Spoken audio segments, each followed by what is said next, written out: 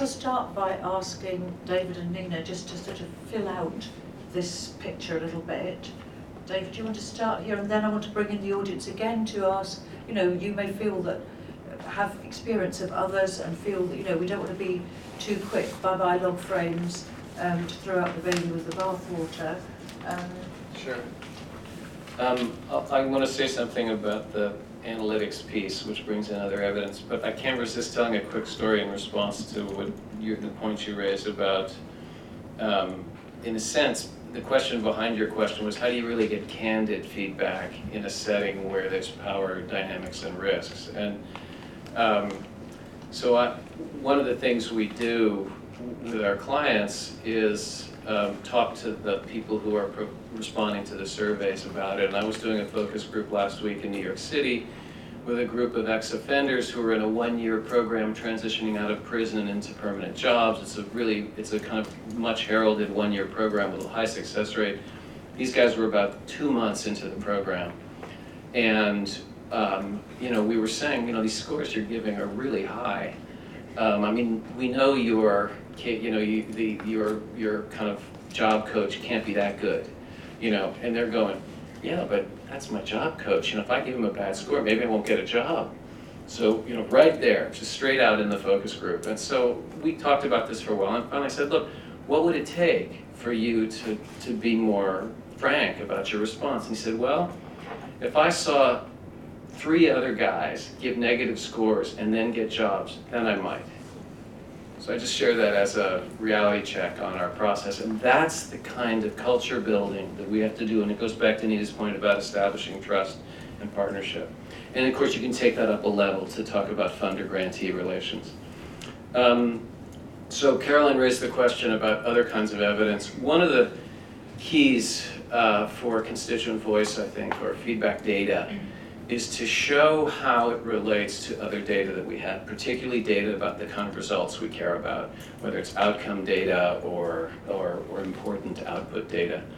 And one of the things we have very clearly established in the customer satisfaction world is that high scores on customer loyalty correlate to greater profits, net worth of companies, and so on. The data is very clear on that, 40 years of data. Everybody gets it. If you have good scores on your net promoter, your company is going to do well. And that's basically, it's kind of now. We don't have that in social change. We don't have it because we've never done the work. We haven't collected feedback data consistently and then triangulated it with our other data. And that seems to me to be the job now. And it's starting to happen. So in the Gates Foundation spent several $1 million and looked at a correlated student feedback in high schools in America to student performance on standardized tests. Now I put on the table that performance on standardized tests is not the same thing as learning, but it's a measure of learning. And it turns out that we now know, we figured out 4 questions that if you ask them at the beginning of the school year, about a month or 2 in, it correlates to the scores the students will get on the standardized tests at the end of the year. So you don't need to wait until the end of the year to intervene. You can move right into a classroom and say, this classroom's not doing well. That's what we're looking for. That's what this game's about, I think, is to start to get those predictive questions that when we ask them, we know if we manage to those, we'll improve outcomes.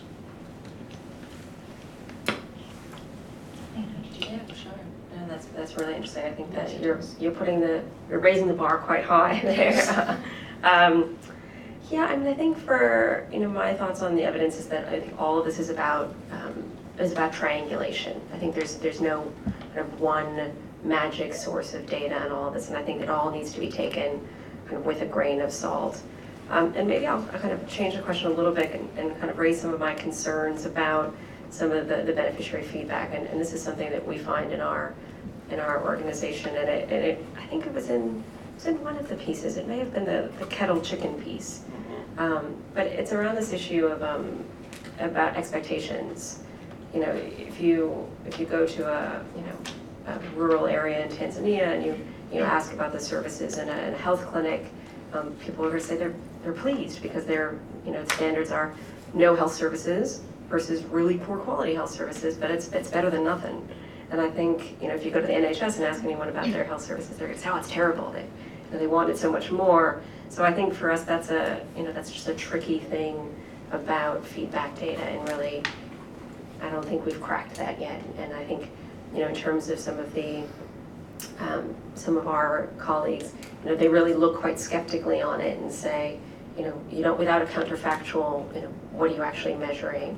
And then the power dynamics are so strong there in terms of, as the story David just raised, you're not really going to say that, the field officer that's providing these resources for you isn't doing a good job. So I think, for us, that there's some real questions around, how do you, and I think for us, there are questions around the quality, but I think that's why our emphasis is more about how it's being used to make decisions rather than wanting to capture that information and make it public necessarily. So I think for us, that's an important distinction. So I think on the evidence issue, another piece of work that we're doing, which I think is interesting, it's new, is looking at sort of social media evidence. Looking at, can we do more at kind of seeing what's out there in social media, and should that be helping us kind of make decisions? And so, we're trying to look at different sources. We're also doing another thing right now, which is called testing what works. And it's a small piece of work that we're doing, again, in adaptive programming. And the idea is that early on, and again, these are sort of 6 to 12 month cycles, identifying key questions that come up. What evidence do you need to sort of to test that hypothesis? How do you get the resources to get that evidence? And how do you use it? And again, very short cycles. So we're testing to see how something like that can work, and then how we might scale that up. So we're trying a lot of things, and I think DFID really probably is a leader in trying to bring evidence to bear in all of our decision making. And I think we've really, it's in all of our systems. But again, I think it's, there's one thing to have it in the checkbox that says, has there been any evidence that has changed in the last 12 months since you've done the last report? But then there's also something about how you genuinely use that. So I think these are not easy questions. Sure, and I mean, can I just ask, are there, presumably in DFID, there are also more traditional ways of collecting evidence and collecting feedback collecting evidence going on? I mean, are there log frames still used? And more traditional forms of impact measurement, and how do they relate to what you're doing? Oh, absolutely. I mean, by no means did I hope to sort of suggest today that we're not doing all of that. I mean, this is what I'm suggesting is that sort of there is a vanguard that's trying new things. I mean, the bulk of our work is still very much, we do have log frames, we do have rigorous impact evaluations, rigorous monitoring evaluation systems. We have a whole research and evidence department that looks at key areas. So I mean, there's a huge industry in that, and I think the key there is trying to make that information as accessible to decision makers as possible. I think is a key part of that work. Thank you. So are there other people in the audience who would like to come in who perhaps have experience of some of these other approaches to collecting evidence, and what are the good things about those, and how do they relate to the sort of beneficiary feedback we've been talking about? Anybody? Okay. Just a quick one comes to mind. Sorry. Just a quick one comes to mind in terms of on the ground feedback. We did some health, health system work in one of the Eastern European countries. And what we decided to do, the best way to actually empower the people, was to actually put a fee for the services. And that way it gave them the opportunity to actually complain about the full service. So that tended to help. And I think that was quite useful. Obviously you have to pitch it where they can actually afford it. But that seemed to work very well in terms of giving the power to the actual users rather than the feedback on anything that ensured that the services were kept up to. So when somebody visited, you could see things working well because they would just complain. It wasn't a free service. There was no fee. If I complained, they would take me off the list. So that seemed to work. That might help. Just a quick point on this fee for service. The other the data, that's some research that's showing, and this builds on Nina's point about the context around feedback.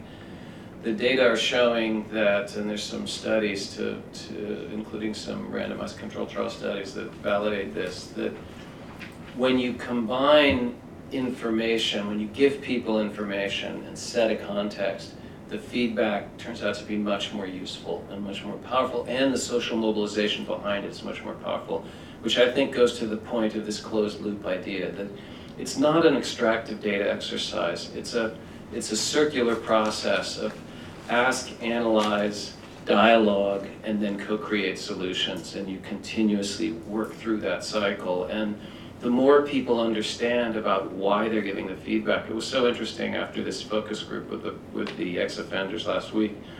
I said, so how are you guys feeling about, last question, how are you feeling about these text message surveys you're getting? Are you going to answer them in the future a little more frankly?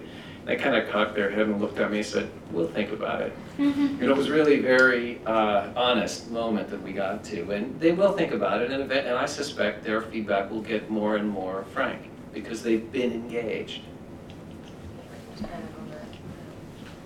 And I think David touched on something that I wanted to mention earlier, which is the issue around transparency.